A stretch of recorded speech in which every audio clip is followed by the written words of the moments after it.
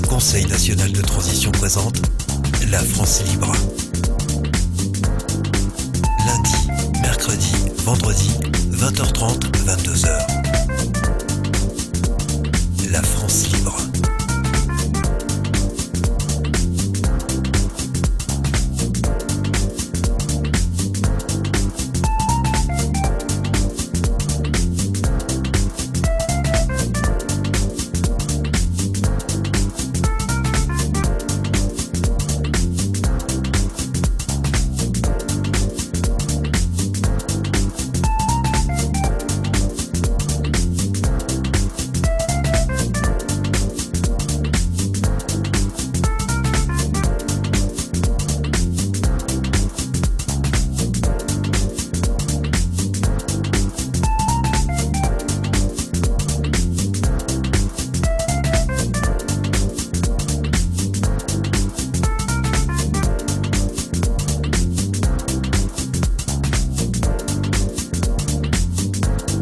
Conseil national de transition.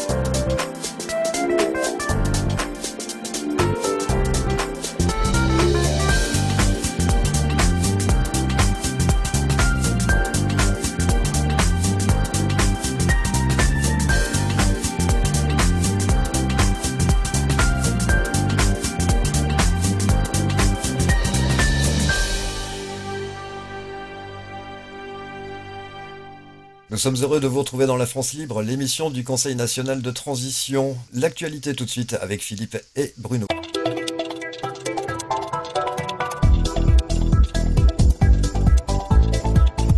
Bonsoir à tous. Eh bien, aujourd'hui, nous sommes le 204e jour d'incarcération abusive d'Éric Fiorile. Donc, le compte, je dirais le compte à rebours continue parce que c'est un petit peu comme à l'armée, hein. On attend la quille avec impatience et on espère que la libération se fera jour très bientôt. Mais donc, le problème, c'est que ces messieurs d'en face font tout pour la retarder le plus possible.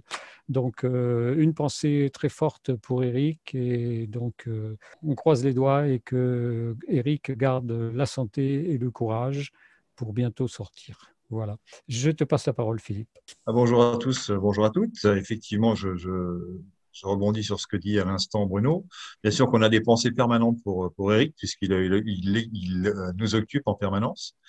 Et on s'occupe, nous, de retranscrire sa parole. J'espère qu'on aura tout à l'heure, dans les quelques minutes qui viennent, l'occasion de l'écouter parler de différents sujets. Ce soir, on a décidé d'aborder un thème un petit peu philosophique, mais les idées et l'intelligence sont une arme. Alors, les idées et l'intelligence sont une arme, oui, c'est un beau thème.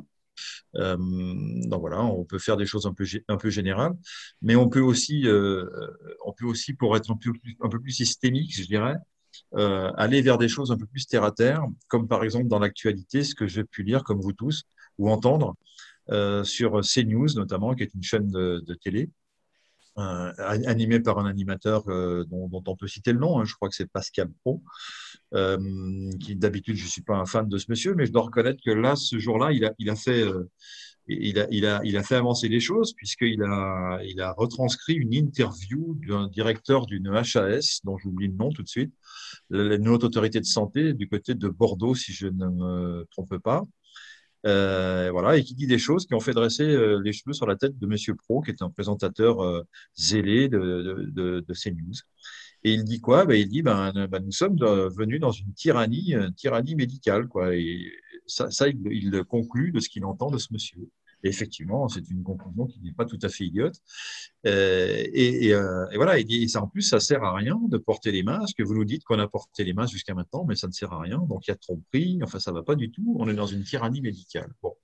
Donc, c'est dit sur un ton assez véhément, alors qu'il est aux ordres de la chaîne qu'il emploie. Ça donne comment dirais-je, ça donne peut-être des indices de quelque chose qui est en train de changer. Et puis, sur le même plateau, il y avait un invité, plusieurs, mais en tout cas un auquel je pense, qui est Monsieur Jacques Séguéla, et qui réagit également à l'interview de ce monsieur, et qui dit, bah là, on est sur des propos, on est sur des intentions sataniques. Carrément. Ah bon, bah, je ne savais pas que Monsieur Séguéla était en mesure de prononcer de telles paroles. J'étais un petit peu surpris, voilà, mais pas forcément mal, et d'entendre que bah, sur une chaîne telle que CNews, une chaîne d'information publique, dite mainstream, eh bien, on entend des choses de cette nature aujourd'hui, alors que je pense très sincèrement que ça n'était pas audible, ça n'aura pas été possible il y a seulement quelques semaines en arrière. Et l'affaire ne s'arrête pas là, puisque j'ai entendu dire, je n'ai pas vu ni entendu de mes oreilles et de mes yeux, mais j'ai entendu dire que M. Zemmour s'était fait poser la question sur une autre chaîne mainstream au sujet de l'obligation vaccinale et qu'il s'est montré très opposé à tout ça. Hein. Donc, eux, apparemment, ne se font pas censurer. Eux font partie du système, pas nous. Hein. Eh bien, on va surfer sur ce que le système nous envoie d'informations qui correspondent à ce que nous disons et à ce que nous exposons avec force détail depuis des mois, des semaines, et grâce à Éric Fiorile notamment, et depuis très très longtemps sur tout ce qui concerne la COUSPI. Alors, vous allez me dire, c'est quoi COUSPI? Ben, il va falloir que vous fassiez preuve d'imagination, de verlan, car aujourd'hui, nous en sommes à employer des mots d'argot, des mots inventés pour détourner, contourner des algorithmes qui sont là pour nous censurer notre vocabulaire. Donc, je vous laisse traduire le mot couspi.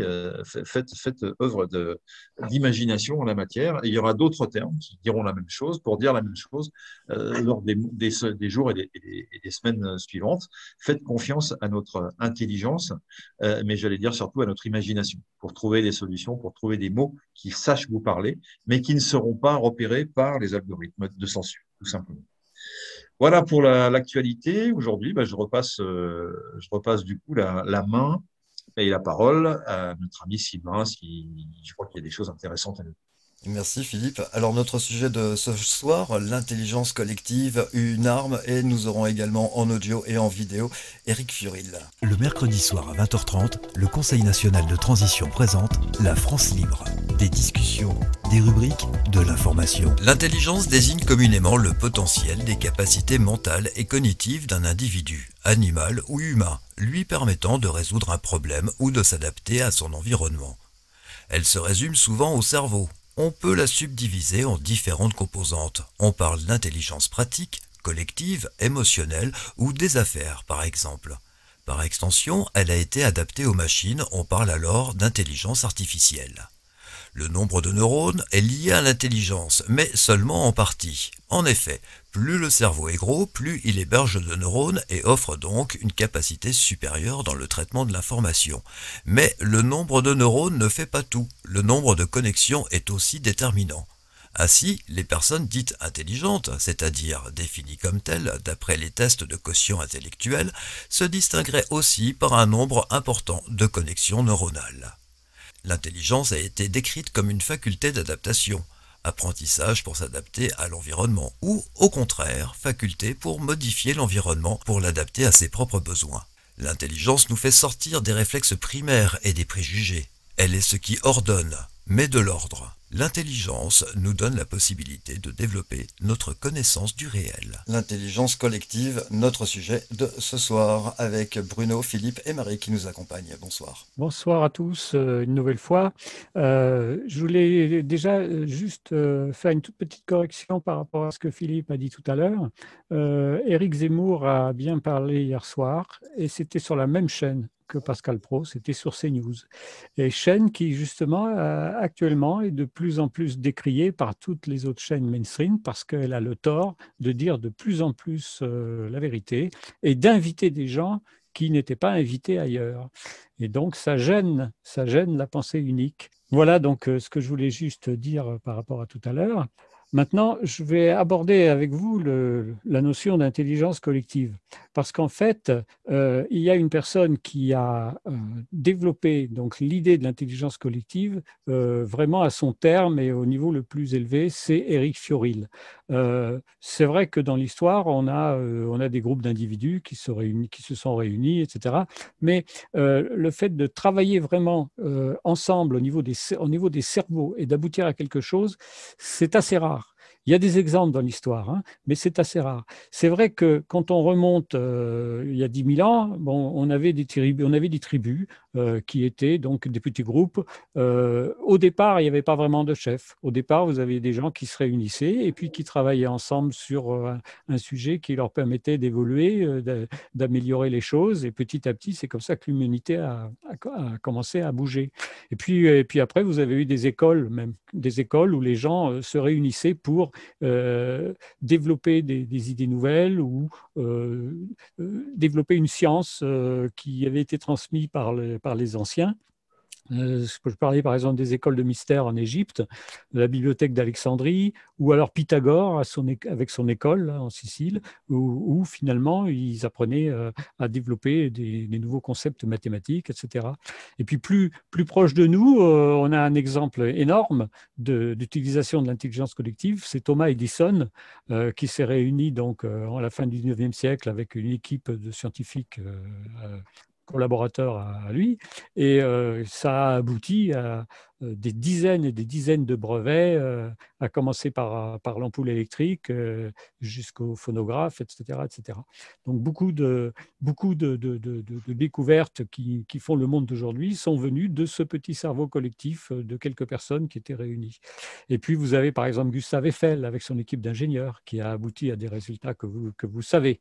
Cette tour qui tient toujours debout et qui fonctionne parfaitement bien après bientôt 130 ans.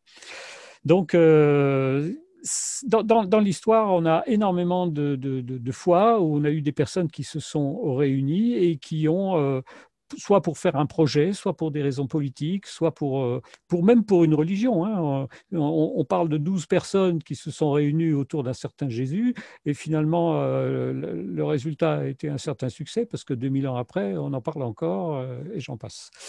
Et puis, on a eu aussi des cerveaux collectifs qui se sont formés pour des raisons militaires, pour se défendre. Je peux citer le projet Manhattan aux États-Unis, qui était donc tout simplement le projet de construire le plus vite possible une bombe atomique pour pouvoir gagner la guerre.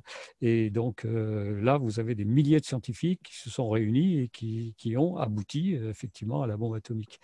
Donc tout ça pour dire qu'il y a une arme extraordinaire qui existe au niveau de l'humanité, c'est le fait de réunir des cerveaux.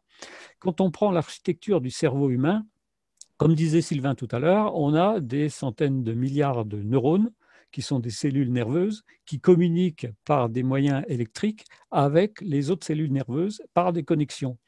Et bien, moi, j'extrapole ça à l'humanité elle-même, c'est-à-dire qu'on a 7 milliards d'individus qui pourraient communiquer entre eux comme des neurones. Le problème qu'il y a, c'est qu'on a une caste dominante qui évite au plus possible, je dirais, qui évite de toutes les manières possibles que ça puisse arriver. Parce qu'à partir de là, ils perdraient leur pouvoir. Parce que rien ne peut lutter contre une intelligence collective. C'est un petit peu comme en mathématiques, 2 puissance 2, puissance 3, etc. Deux personnes qui se réunissent, c'est équivalent à 4 personnes. 3 personnes qui se réunissent, c'est l'équivalent de 8 personnes, etc., etc. Parce que les cerveaux fonctionnent entre eux et communiquent. Le seul problème, c'est de savoir comment communiquer entre ces cerveaux. Et pour en arriver à ça, il y a une personne qui a trouvé la solution, c'est Éric Fiorile.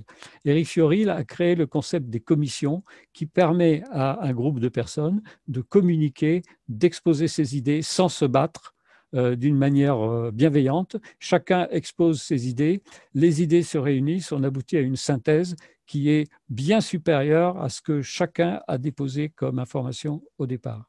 Et ça, c'est une arme très importante. C'est une arme qui a été utilisée notamment dans certaines révolutions où vous avez des petits groupes de personnes qui se sont réunis pour organiser un cerveau collectif. Malheureusement, on ne l'utilise pas assez souvent. Et au CNT, on a cette chance, c'est d'avoir pu le savoir, d'avoir pu le connaître grâce à Eric et de l'avoir déjà utilisé à plusieurs reprises et aussi au niveau national depuis 6 mois dans les commissions qui ont été créées, qui ont abouti à des résultats extraordinaires en termes d'idées nouvelles, en termes de projets politiques, en termes de projets de gouvernance, en termes d'imagination de ce que la France pourra être dans 3 ans ou même dans 10 ans si le CNT arrive à redonner le pouvoir au peuple. Et donc, à partir de là, l'importance de l'intelligence humaine collective, c'est quelque chose qui est énorme parce que pour l'instant, ça a été très peu utilisé au niveau de toute la population. On a fait croire aux gens que, non, on n'a pas assez d'intelligence pour pouvoir se mettre en commun. On nous fait croire, on nous fait dire que si on met 67 millions de Français ensemble, tout le monde va penser différemment et ça va aboutir à une cacophonie. Eh bien, ce n'est pas forcément vrai. Parce qu'à partir du moment où chacun a droit à la parole et écoute l'autre, à partir de là, on peut aboutir au contraire à des résultats que personne actuellement ne peut même imaginer. Alors, on va nous parler aussi de l'intelligence artificielle. L'intelligence artificielle est encore très loin, est encore à des années-lumière de ce qu'est capable de faire un seul cerveau humain. Et donc, pour rebondir là-dessus, je vais tout de suite passer la parole à Philippe, qui va nous expliquer un petit peu son point de vue sur tout ce sujet-là, sur tous ces sujets-là. Voilà, pardon. Wow. Merci à tous. La patate est bien chaude, merci. Mais c'est passionnant aussi. Merci Bruno. Déjà, je vais revenir un peu sur la notion de travail en équipe, puisque c'est de ça qu'on parle. Un travail en équipe, c'est partager des cerveaux, effectivement, et c'est de s'apercevoir que la somme des cerveaux donne des résultats bien supérieurs à la somme des individus. Hein. C'est-à-dire que quand on est 10, on n'est pas 10 fois plus intelligent, on est 1000 fois plus intelligent. Donc c'est ça, il y a une accélération exponentielle. Et le vivre ensemble, le travailler ensemble, le faire ensemble, c'est quelque chose qui est relativement peu mis en avant si on veut bien regarder dans les romans, dans l'histoire, tout au long du XXe siècle en tout cas. Et surtout si on va vers les films hollywoodiens, qu'est-ce qui est mis en avant? Ce sont toujours les mêmes personnes, ce sont ce qu'on appelle les héros. Ce sont les gens spécialisés dans quelque chose qui deviennent des héros, qui sont montrés en avant dans le cadre d'une réussite individuelle, dans le cadre des États-Unis d'Amérique. Voilà les modèles qui nous sont proposés. Mais très rarement des réussites de groupe. Enfin, moi, j'ai pas trop de souvenirs de films où on nous parle de ça. Donc ça, c'est un point important. Et de dire que, effectivement, les politiciens nous mettent tellement de poids pour nous expliquer que les individus, les êtres humains ne savent pas se diriger eux-mêmes sans se quereller, en particulier dans le beau pays qu'on appelle la France.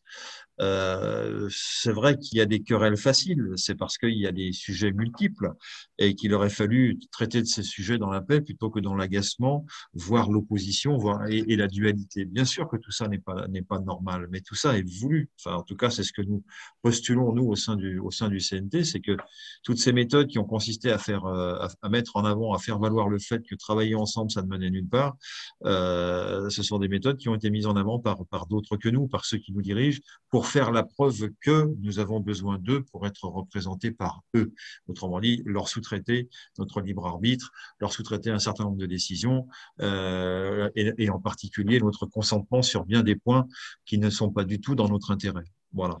Donc ça, c'est ce que le CNT découvre, c'est ce que Éric Fiorini découvre et met en avant justement dans l'établissement de CNT. C'est cette fameuse intelligence collective qui est si mal utilisée, si mal traitée, si mal comprise qu'effectivement, elle reste dans un coin et que quand on demande dans un groupe de 10 personnes prises au hasard dans la rue de donner son avis, il y aura toujours des personnes pour dire « moi, je suis timide, j'ai pas l'habitude de prendre la parole en public, je suis un petit peu inhibé, excusez-moi », voilà, etc. Évidemment tout a été fait pour que cet individu-là et les autres, et ceux que nous sommes nous-mêmes et que nous avons été, soient inhibés dans ses initiatives, dans son goût de partager, de parler tout simplement à l'autre, de faire groupe pour avancer ensemble. C'est quelque chose qui n'est pas du tout dans nos traditions. Alors, pas complètement. Quand on va dans les entreprises, par exemple, les entreprises sont férues, sont très demanderesses ou demandeuses justement de travail en équipe, notamment de la part de cadres, ou pas forcément de cadres d'ailleurs, mais travailler en équipe, c'est des choses qui se font de plus en plus. Moi, je l'ai vu faire et je peux vous assurer qu'il y avait un rendement terrible.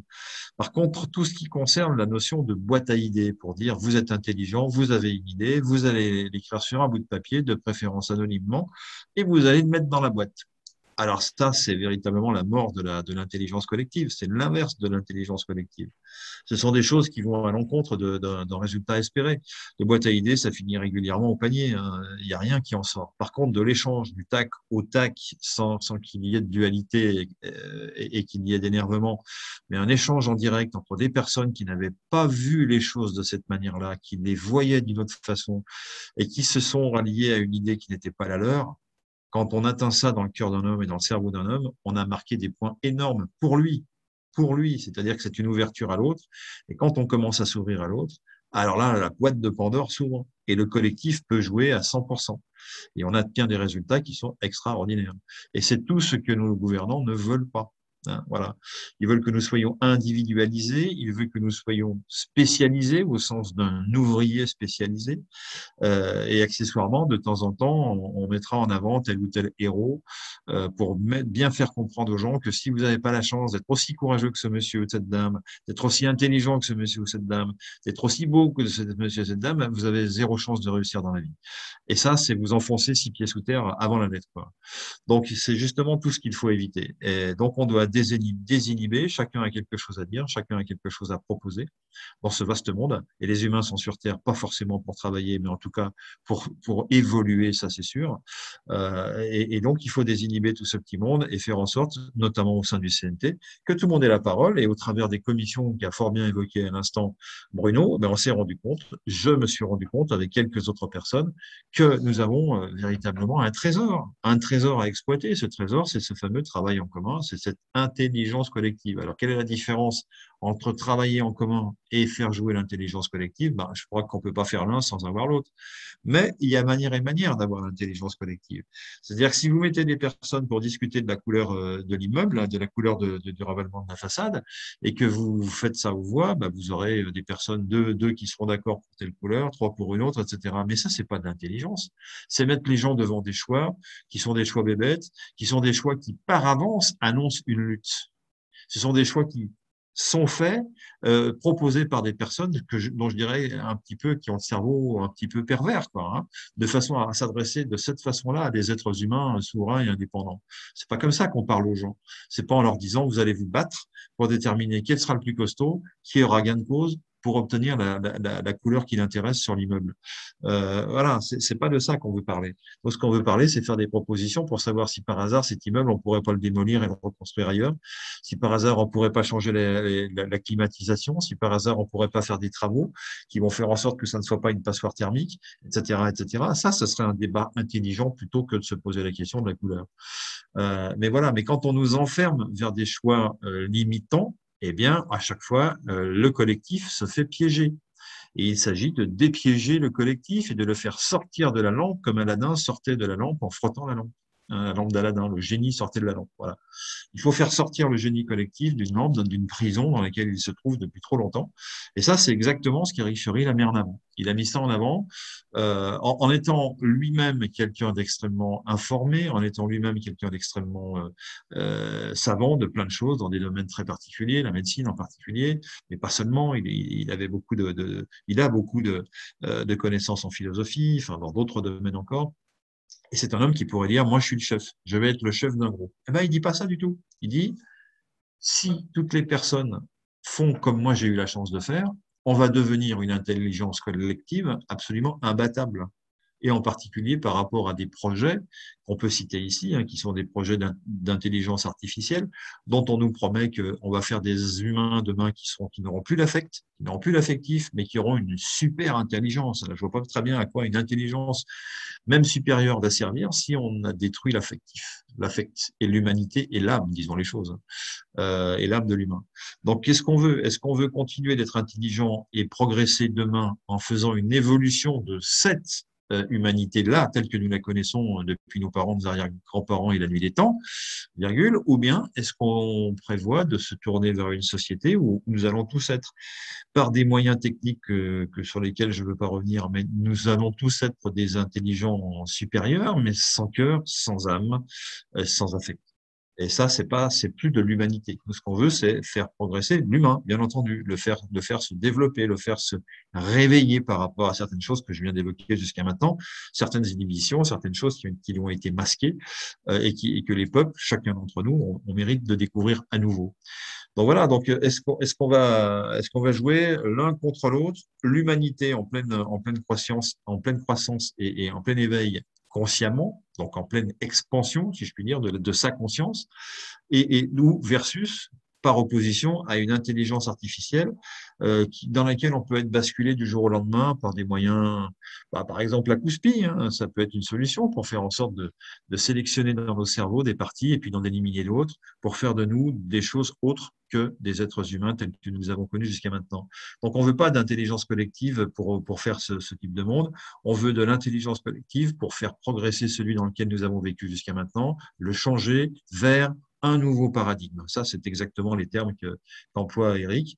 Et je vais peut-être m'arrêter mon bavardage à ce moment-là pour que Sylvain puisse nous envoyer des preuves de ce que je viens d'avancer. C'est-à-dire que Eric nous expliquait ce que c'est qu'un CNT, comment ça se construit, par Oui. exemple. C'était à peu près il y a 2 ans, c'était en juillet 2019. On va regarder ça tout de suite ensemble. Là, je vais traiter un sujet tout à fait nouveau et qui n'appartient qu'à l'avenir. Mais avant, je voudrais un petit peu... je vais rectifier quelques petites choses. Tout le monde aura pu remarquer, enfin, ceux qui naviguent beaucoup, c'est-à-dire qui regardent un petit peu tout le monde sur Internet et toutes les informations, auront pu remarquer que la plupart de mes articles et de mes vidéos d'il y a plusieurs années, et puis même d'il y a l'année dernière, sont de plus en plus souvent repris par des gens qui les présentent comme si ça venait d'eux, mais qui font des petites erreurs. Alors, je voudrais rectifier quelques-unes de ces erreurs parce que ça me gêne pas que des gens reprennent mes idées que je dénonçais il y a 2 ans, ils le font maintenant, et c'est pas gênant parce qu'ils participent de toute façon à informer les gens. Mais quand il y a des erreurs, je voudrais au moins les rectifier. Alors, il y a une erreur commune qu'on trouve très souvent et chez beaucoup de gens, c'est l'article 35 de la Déclaration des droits de l'homme, qui est souvent cité. Alors, il faut savoir que on ne peut pas s'en servir, ça n'a aucun sens. Imaginez que quelqu'un propose une loi en France et que cette loi ne soit pas adoptée. Elle n'existe pas. Et que des années plus tard, quelqu'un vienne utiliser cette loi en vous disant « Oui, mais regardez, il y avait cette loi qui disait que… » Mais c'est pas une loi, ça n'a jamais existé, elle n'a jamais été adoptée, elle n'est pas en vigueur. Ce qui compte, c'est ce qui est en vigueur dont on peut se servir. Ce qui n'est pas en vigueur, on ne peut pas s'en servir. Donc cet article 35 des droits de l'homme ne peut pas être utilisé. Ce qui est en vigueur en France aujourd'hui et au plus haut du bloc constitutionnel, c'est la Déclaration des droits de l'homme de 1789, pas celle de 93 ni celle de 95.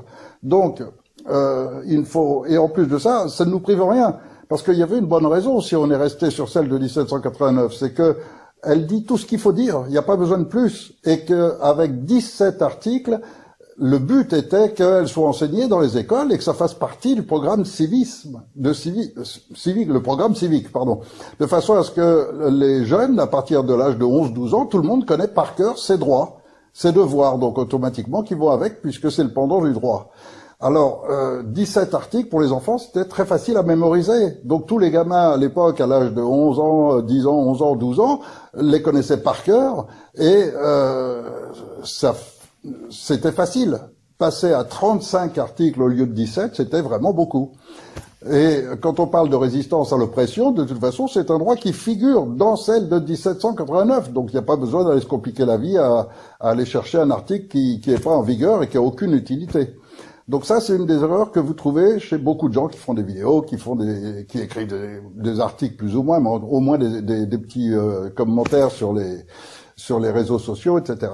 Autre erreur commune qu'on trouve assez souvent, c'est les erreurs concernant les droits. Il est clair que ce qui détermine la valeur d'une constitution, ce sont les droits, d'une part, et la séparation des pouvoirs, d'autre part. Mais attention, la séparation des pouvoirs, c'est exécutif et législatif. L'indépendance judiciaire, c'est autre chose. Et les gens qui essayent de se référer à cela se trompent parce que ça, c'est dans la Déclaration des droits de l'homme de l'ONU et non pas du bloc constitutionnel français. Donc, c'est bien qu'ils continuent quand même s'ils disent de temps en temps des petites bêtises, ils n'ont pas bien compris le système, parce qu'en fait, ils font que recopier.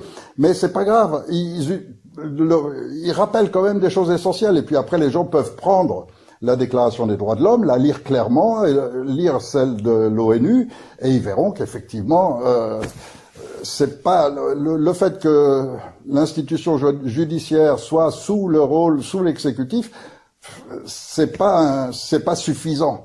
Et il y a une autre erreur encore qui arrive très souvent chez beaucoup de gens, c'est de croire que le décret de Valls annule systématiquement. Non, parce que ils sont habiles, faut pas les prendre pour des cons. Et donc ils l'ont fait très habilement, parce que c'est pas Valls lui-même, il a rien dans le crâne. Mais ça a été préparé par des juristes, etc., et qui ont pris garde à dissimuler la véritable mainmise sur la justice par les politiciens, l'ont dissimulé par une forme de présentation de l'article lui-même qui est comme un contrôle seulement d'une petite partie, un droit d'inspection, etc. C'est pas clairement utilisable. La vraie rupture totale de la Constitution française, ça remonte à l'époque de Sarkozy, au moment où il a violé le droit, la souveraineté du peuple par le traité de Lisbonne. Alors là, oui, là c'est totalement flagrant, parce que c'est encore plus grave que les formes juridiques. Ça va beaucoup plus loin que ça. C'est le fond.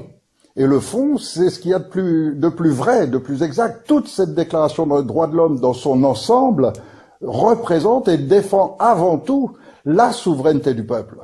Et donc, il est clairement écrit dans cette déclaration, et vous pouvez le lire, c'est clairement écrit qu'aucun groupe ni aucun individu ne peut aller contre la volonté du peuple qui s'exprime par la majorité. Donc quand le peuple français a dit à 55% non, on veut pas de ce traité européen, à partir du moment où il a été violé par un petit groupe d'individus que sont Sarkozy et sa bande, à partir de ce moment-là, leur décision n'a aucune valeur. Le traité de Lisbonne n'existe pas, la France n'est pas dans l'Europe juridiquement.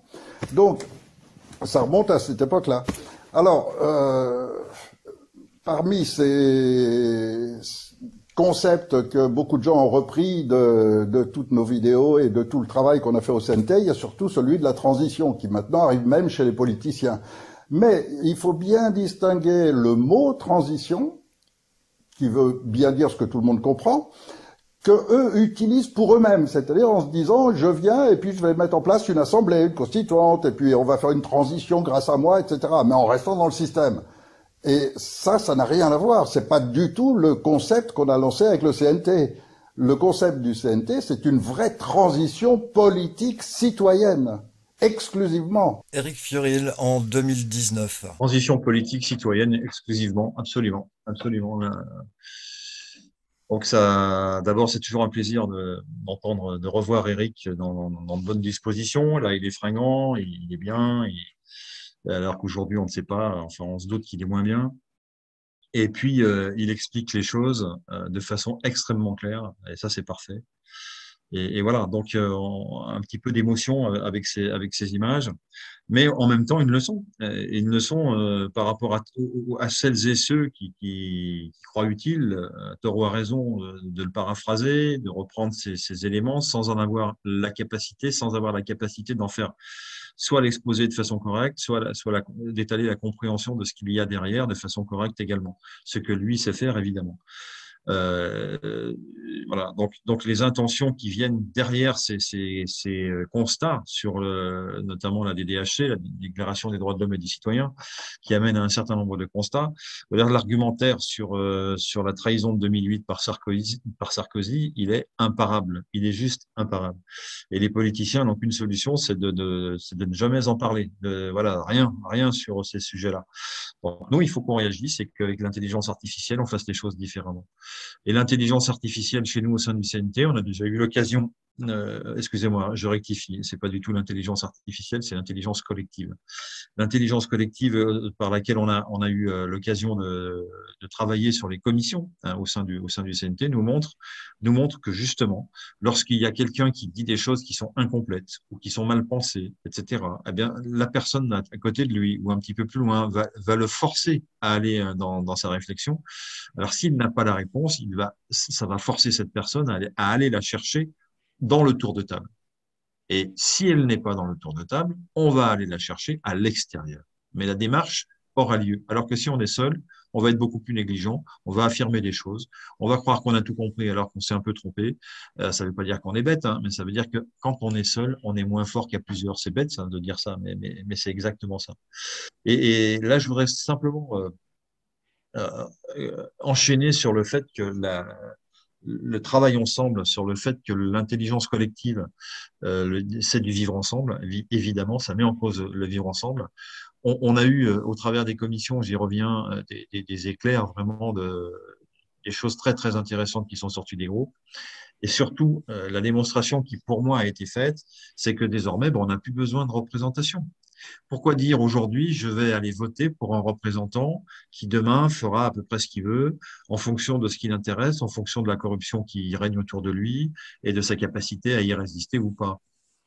Pourquoi je ferais ça? Je n'ai pas vraiment envie, quoi. Donc, est-ce que je suis capable de travailler à mon destin avec un groupe de personnes, un petit peu comme on travaille au destin d'un immeuble lorsqu'on participe à une assemblée générale des copropriétaires, ce qui est un exercice toujours compliqué, toujours difficile, mais parfaitement formateur. Et moi, je constate, comme je suis un petit peu âgé, que j'ai participé à ce genre de réunion en d'autres temps, je constate tout simplement qu'il y a un énorme progrès en termes de communication qui a été fait.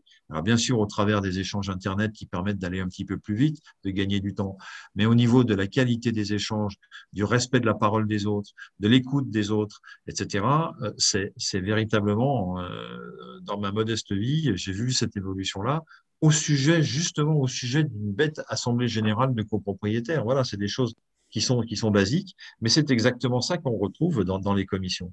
Et on arrive à la conclusion que bien sûr nous sommes autonomes, bien sûr nous avons des choses à dire, nous avons des choses à penser, et plutôt que de les dire et de les penser chacun chez soi le soir, n'est-ce pas, parce qu'on se dit tiens, j'aurais bien dit ceci, j'aurais bien dit cela, mais je l'ai pas dit parce que j'ai pas osé. Eh bien là, il faut vraiment se changer nous-mêmes, évoluer et se dire on a à faire des choses ensemble dans le côté positif, pas l'un contre l'autre, mais les uns avec les autres en direction d'un futur évolutif. C'est de ça que n'arrête pas de parler Éric Fiorilde. C'est encore un exemple qu'il vient de nous donner au travers de ce choix très judicieux de notre ami Sylvain. Et des paroles comme ça, il en a prononcé un certain nombre. Voilà, moi je laisse la parole à qui la veut pour l'instant et on la reprendra. Oui, Philippe, moi, je voulais rajouter à ce que tu as dit la notion d'enseignement à la base, parce que le problème actuellement, c'est que tout est fait depuis l'école élémentaire pour que les gens ne comprennent pas qu'ils peuvent développer leur intelligence, qu'ils peuvent apprendre à parler, à s'exprimer en public et qu'ils peuvent apprendre à avoir l'esprit de synthèse. Et ce qu'on a vu dans les commissions, c'est que on a des personnes qui au départ étaient très timides, ne disaient rien, ou qui pensaient, moi je suis pas doué, je suis pas capable, j'ai pas d'idée. Et puis finalement, au cours des discussions et au cours des sessions, ils se sont pris au jeu. Et puis même certains sont devenus les plus éloquents à la fin. Donc on a vu des évolutions assez extraordinaires, hein. Je pourrais parler de mon cas personnel, hein, parce que moi, quand j'étais à l'école, j'étais très timide. Je parlais pas beaucoup, j'étais au fond de la classe. Je travaillais, je travaillais, mais je parlais pas beaucoup, j'osais pas parler. Et puis finalement, ça s'est développé par moi-même. J'ai eu la chance de pouvoir faire un certain nombre de choses qui m'ont permis de parler. J'ai même fait après des conférences, etc. Mais au départ, je pensais pas que j'étais capable. Et beaucoup de gens se sous-estiment dans leur capacité de communiquer avec les autres. Voilà. Voilà. Donc, par contre, Philippe, tu avais parlé aussi un peu tout à l'heure de l'intelligence artificielle. Euh, les progrès que l'intelligence artificielle doit faire sont encore énormes avant de pouvoir un jour espérer se rapprocher d'un cerveau humain. La meilleure preuve, ce sont les voitures autonomes. Euh, Jusqu'à maintenant, on a laissé tomber pratiquement le système parce qu'il y a eu des accidents, il y a même eu des morts, hein. Donc, ça montre un petit peu que la réaction du cerveau humain face à une situation inattendue, pour l'instant, elle est absolument inattaquable par des machines. Voilà. Sauf dans des films comme Terminator. Et d'ailleurs, dans Terminator, c'est l'humain qui finit par gagner à la fin. Voilà. Philippe, si tu as autre chose à dire.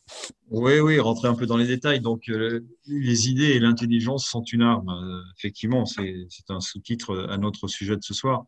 Alors, l'arme, ça fait penser à un vocabulaire militaire. On a dit tout à l'heure que bien souvent, les idées sont stimulées par l'obligation, comme on dit, nécessité fait loi, et quand notre vie est en danger. Et c'est là que il y a tout un tas d'enzymes qui se développent dans le cerveau et qui nous donnent des idées qu'on n'avait pas lorsqu'on était bien portant et à l'abri des arbres.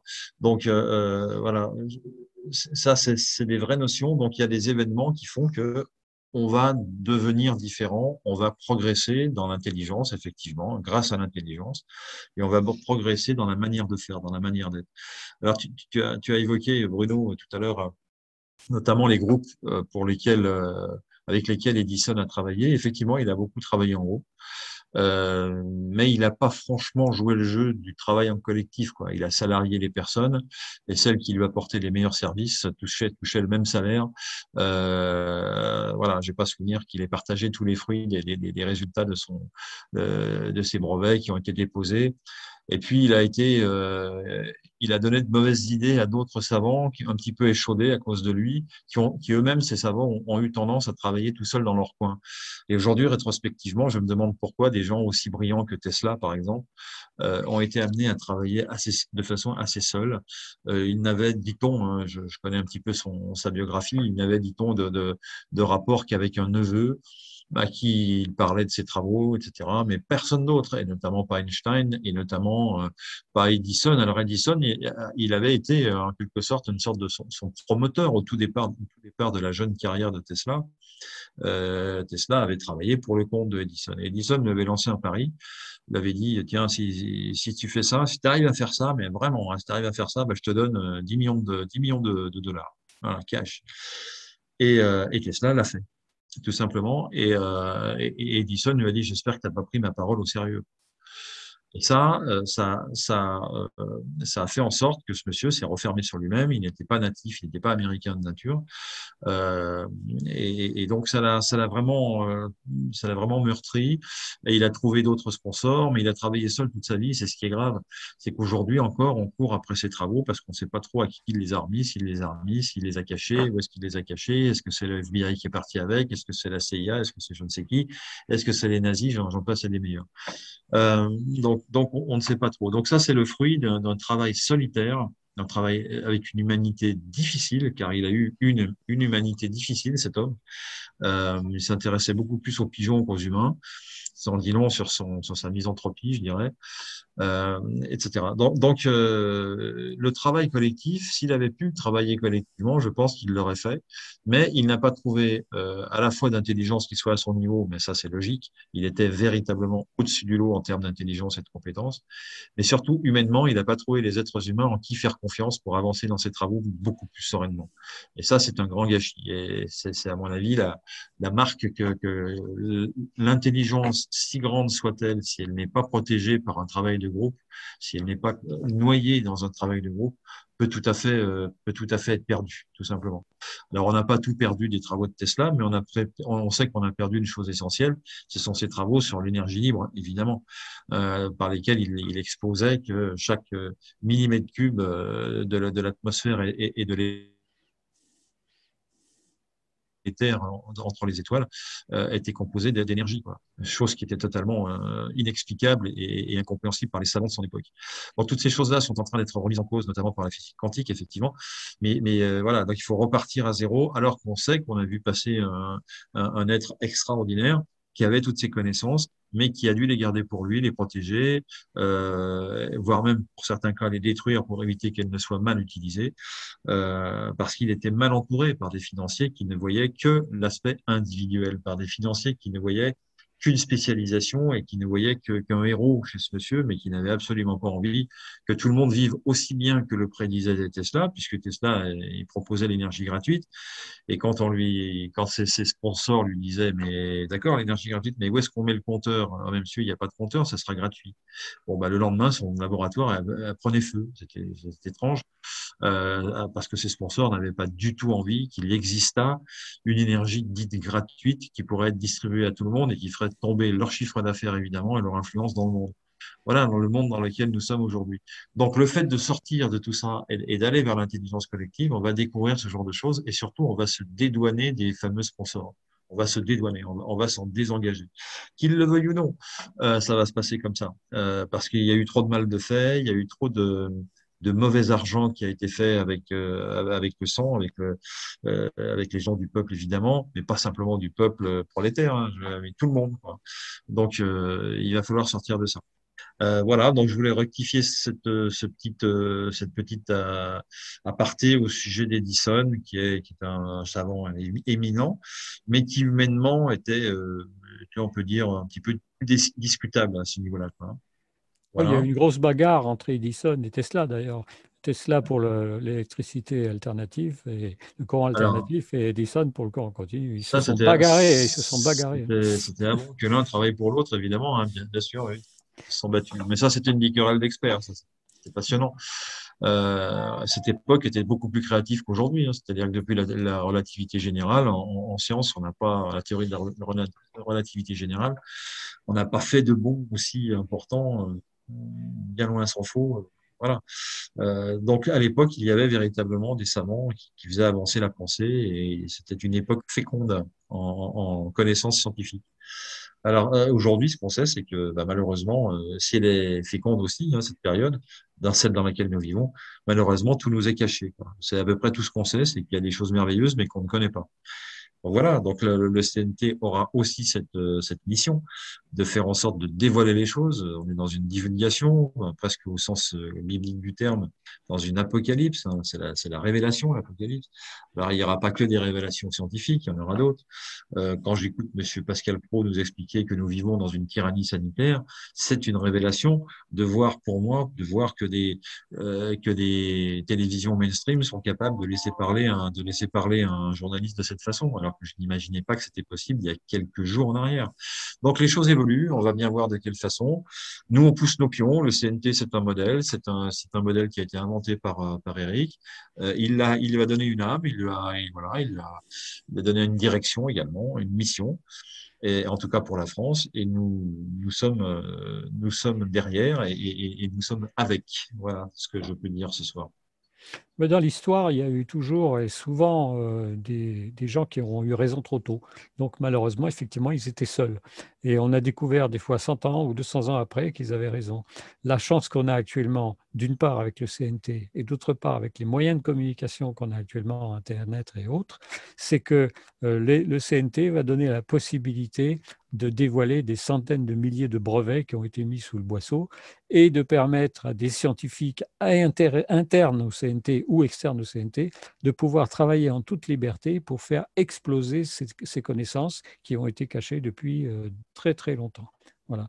Donc c'est un des objectifs et une des forces que le CNT peut avoir au niveau du développement justement de l'intelligence collective dans le domaine scientifique, mais pas seulement. Ça peut être dans beaucoup d'autres domaines, dans le domaine artistique, dans le domaine, et notamment dans le domaine politique, et puis dans le domaine des arts, etc., etc. Oui, alors je rebondis sur l'aspect domaine politique. On pensait depuis longtemps qu'il n'y avait plus rien à inventer dans le domaine politique. Depuis la Grèce antique, depuis la Rome antique, depuis la Révolution française, etc., on pensait que tous les modèles avaient été épuisés.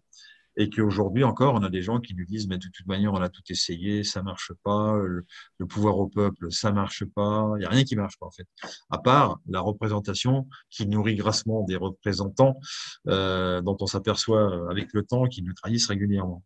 Donc, ça marche pas. Voilà, donc évidemment, on est en train de faire mentir cette pensée un petit peu profonde qui vient justement de celles et ceux qui ont intérêt à ce que nous ne nous réveillions pas à d'autres solutions. Voilà. Or, aujourd'hui, nous sommes en train de nous réveiller à une autre solution qui s'appelle la transition, qui s'appelle le programme de la transition. Ce programme a été vu par des spécialistes de chaque domaine, que ce soit la finance, l'économie, etc. Il a été longuement proposé. On va sûrement faire des directs pour relire quelques pages de ce programme parce que ça me paraît, à mon avis, prioritaire pour que les gens comprennent. Et puis, une fois qu'on avait compris ça, on se dit, oui, on va voter quoi? On va voter pour des représentants. Non, non, on vote plus pour des représentants, on vote pour nos lois. Et on va pas en faire 150 000 des lois. Il y en a déjà 200 000, je crois, des lois et des décrets. Donc, on va plutôt tailler dans la graisse de ces lois surnuméraires qui se contredisent entre elles la plupart du temps et qui font la part belle aux juges qui peuvent, en fait, grâce à la contradiction de ces lois, sortir à peu près ce qu'ils veulent dans leur jugement. Donc ça, c'est extrêmement grave. Il faut absolument que ça prenne fin. Donc voilà. Et on va non pas voter pour des hommes, pour des représentants, mais on va donc voter pour nos lois. Et qui va voter? Est-ce que ce sont des représentants? Non plus. Ce sont des émanants. Ce sont des personnes qu'on va tirer du chapeau, en quelque sorte, hein, parmi les personnes qui se sont portées volontaires, bien entendu. Et ces personnes tirées du chapeau vont décider en tant que citoyens, tout simplement. Et elles vont décider pas toutes seules, parce qu'elles n'ont pas toutes les compétences, mais elles vont décider avec la présence de pédagogues qui vont leur enseigner le détail de ce qu'il faut comprendre du sujet, si c'est un sujet technique. Or, en politique, tout se ramène à des sujets politiques, à des choix politiques. Une fois qu'on a évalué les risques, s'il y a des risques techniques, faut-il choisir la filière, c'est la filière atomique ou la filière au charbon ou la filière je ne sais quoi ou photovoltaïque. Ça, ce sont des choix techniques qui aboutissent vers des choix politiques, évidemment, avec des grandes orientations. Donc ça, il faut que ça soit fait par des gens du quotidien. On n'a pas besoin que des gens décident à notre place. Ça s'est fait dans le passé, parfois avec bonheur, il faut quand même le reconnaître. C'est-à-dire la politique des barrages en France après la guerre de 45, c'était plutôt bienvenu. Politique de l'énergie, elle était plutôt bienvenue. Les grands travaux qu'a pu lancer Charles de Gaulle à une époque, c'était plutôt bienvenu sur la fusée Ariane, sur le TGV, sur ces choses-là, c'était plutôt bienvenu. Mais arrive un moment où plus rien de beau ne sort de ses représentants. C'est-à-dire qu'aujourd'hui, on se pose la question de savoir si on aura les sous pour tirer la ligne de métro, pour aller jusqu'à l'aéroport, qu'on va peut-être pas construire parce qu'on n'a pas l'argent. Alors que dans les années 60, on était beaucoup plus pauvre, entre guillemets, c'est-à-dire que le pays brassait beaucoup moins d'argent, mais par contre, on avait une autonomie de décision plus importante et on n'avait pas la dette, on n'avait pas le service de la dette tel qu'il a explosé aujourd'hui. Donc voilà, il va falloir revoir tout ça. Le service de la dette, il va falloir en reparler, bien évidemment. Là, je dévie par rapport à l'intelligence collective, mais quoique, ce que je dis ici, c'est fait pour éclairer des lumières dans les cerveaux des gens qui nous écoutent, qui sont pas forcément des gens de chez nous. J'espère ça va leur donner envie d'aller sur notre site et d'aller dans le détail de ce que c'est que le service de la dette. Voilà, et c'est ce que je peux dire pour ce soir. Il nous reste encore un petit peu de temps, Il nous Sylvain. reste à peu près 3-4 minutes. 3-4 minutes. Bah, qui veut conclure? Je voulais conclure par rapport à ce que tu as dit en m'adressant à toutes les personnes qui nous écoutent et qui ne font pas partie encore du CNT, sachant que pour s'inscrire au CNT, déjà c'est gratuit. C'est pas un mouvement politique, c'est pas un parti politique. Il n'y a pas de cotisation, il n'y a pas d'obligation de rester ou de sortir. Il n'y a aucun sédentarisme.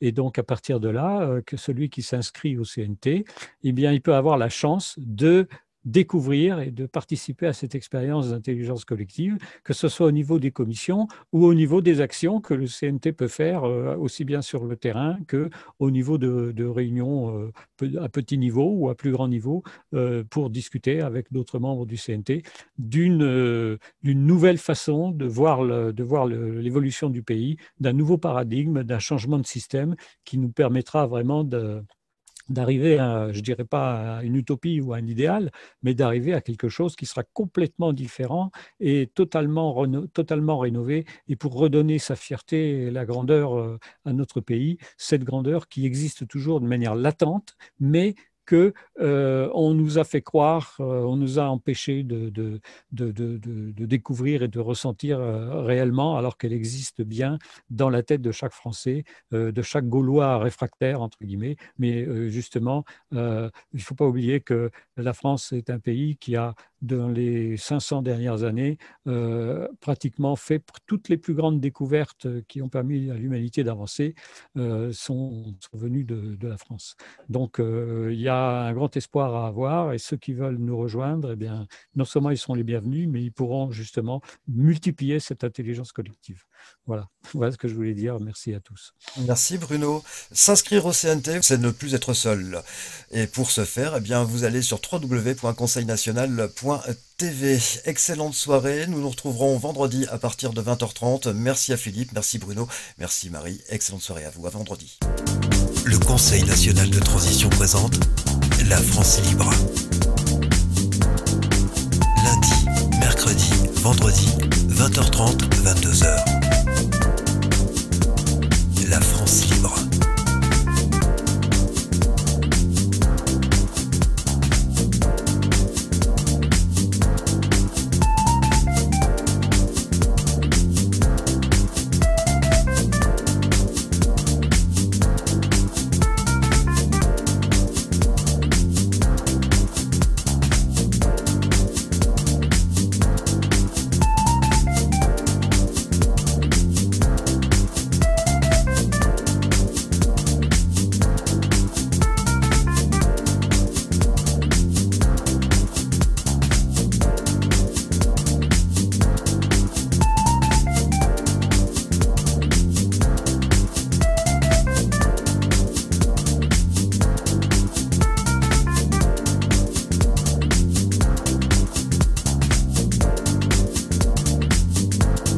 Conseil national de transition.